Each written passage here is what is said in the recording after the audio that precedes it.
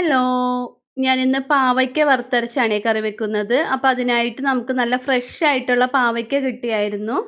അപ്പോൾ അത് മഞ്ഞൾപ്പൊടിയും പച്ചമുളകും ഉപ്പും ഒക്കെ ഇട്ട് വേവിച്ചെടുത്തതിന് ശേഷം നമ്മൾ സാധാരണ എടുക്കുന്ന പോലെ കറിവേപ്പില, മഞ്ഞൾപ്പൊടി, കുരുമുളക്, തേങ്ങ ഇതെല്ലാം കൂടി നന്നായിട്ട് വറുത്തെടുത്ത് ഒരു 3, 4 വറ്റൽമുളകും കൂടി ഇട്ട് കൊടുത്തായിരുന്നു.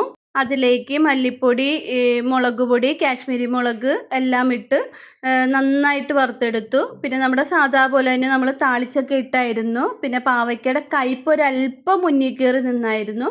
അപ്പോൾ അതിന് വേണ്ടി ഞാൻ കുറച്ച് ശർക്കര എടുത്ത് വെള്ളത്തിലിട്ടിട്ടുണ്ടായിരുന്നു. അപ്പോൾ ശർക്കര നീരും ഇട്ട് കൊടുത്തു നന്നായിട്ട് അരിച്ചെടുത്ത് എന്നുണ്ടെങ്കിൽ മണ്ണ് കടിക്കും.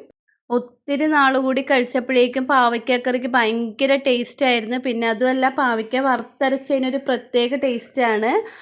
അപ്പോൾ ഓക്കേ, ബായ്.